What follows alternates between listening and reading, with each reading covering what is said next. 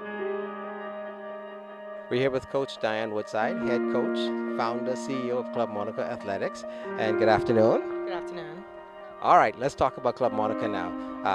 This year, you're 10 years old, and as faithful habits, you have 10 athletes that qualified for the 70-member Carifta team. That's one-tenth of the Carifta team. Talk about that.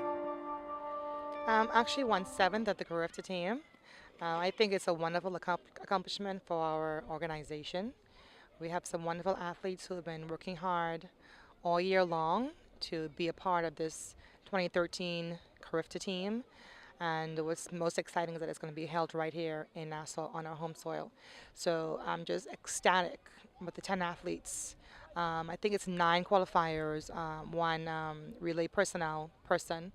But again, just totally excited about their accomplishment and the accomplishment of Club Monaco Athletics in its 10th year of existence.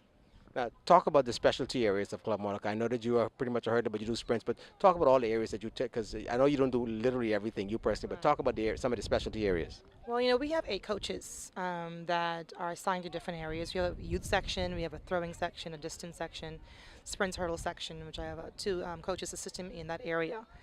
But on the team, we have 3 hurdlers, which is my specialty, 3 sprinters, 2 throwers, and 1 triple jumper.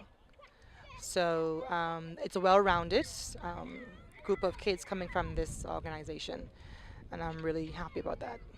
I happened to witness the race of your 110 hurdler under 20 boys, and the young man really he has a real fighting spirit, and he has a good spirit. And he looks like he's a hard worker.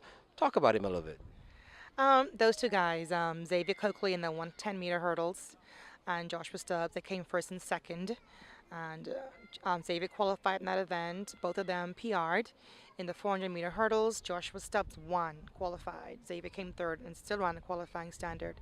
So Xavier will be running the 110 hurdles, and Joshua Stubbs will be doing the 400-meter hurdles.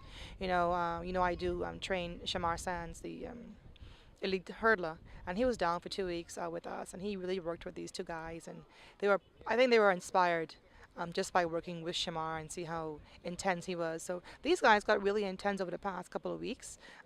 Joshua was definitely determined. I think it was the sweetest race for at the Carifta Trials, the 400-meter hurdles, where he passed both Dimitri and Xavier in the last about 20 meters. And he was determined to make this team. I told him, hey, you guys want to make this team, you got to come first and second. Joshua pulled up the first, Xavier came third, but that's okay. Xavier qualified in the 110. So I was very happy with both of them. Both of them PR'd. Most of the persons this weekend, the sprinters and hurdlers, they PR'd. So I was extremely happy about that. All right. When we come back, we'll talk about the other 9 athletes that would have made the team. Bahamas Athletics Road to Carifta 2013 coverage is brought to you by Sky Bahamas, Ori J. Sands, the Bahamas Ministry of Tourism, the Bahamas Ministry of Youth, Sports and Culture, Jazztel, and Sage Eden Media Group. Okay, we're back with Coach Dianne Woodside. Now, we talked about your hurdlers, so we don't leave the other team members out.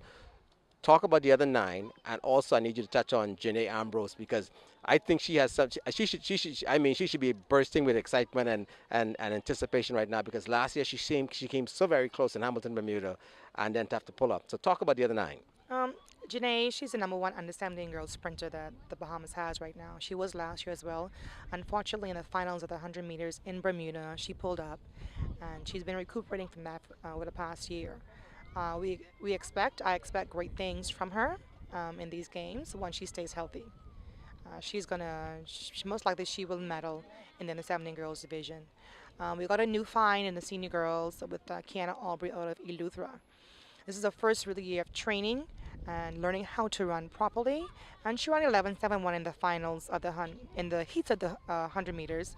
But unfortunately, she didn't do so well in the finals and came third. So she's right now a relay person for the 4x1. But she did an excellent job this year. I think her best last year was about 12.1. And she's now to 11.71 this year. So she did a tremendous job. Another hurdler, female hurdler, Misha Noble in the 400-meter hurdles.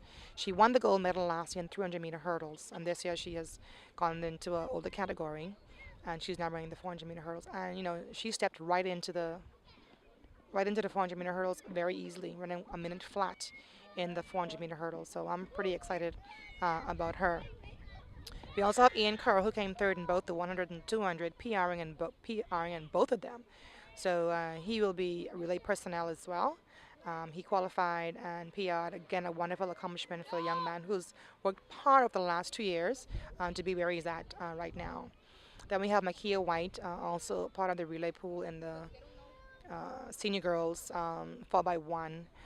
Hampered by a few injuries this year, but she placed fourth in the trials in the 100 meters. So hopefully she'll get a spot in the 4x1. Considering where they place her or Shanae Miller's going to run, whatever, that's up to the coaches to decide. But another wonderful accomplishment.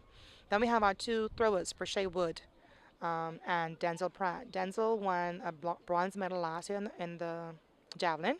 He's also from Eleuthera. And Brashay Wood, not really up and coming shot putter and discus thrower. She should medal this year, and she's been improving steadily over the past few years. And then, of course, we have our triple jumper, Anthony Butler, who's actually coached by Jason Edwards. She won the bronze medal last year in Hamilton, Bermuda in the triple jump, and hopefully she will also medal this year. So it's a pretty strong group of 10 athletes, and I expect some great things from them, and so will the Bahamas. All right, final question for you. In your 10th year, just take us back to when this whole Club Monica idea, this thought of this Club Monica Club came to mind, and the whole inspiration behind the club. Well, when I first came out here to coach kids, I just wanted to coach. I wasn't interested in forming a club, whatever.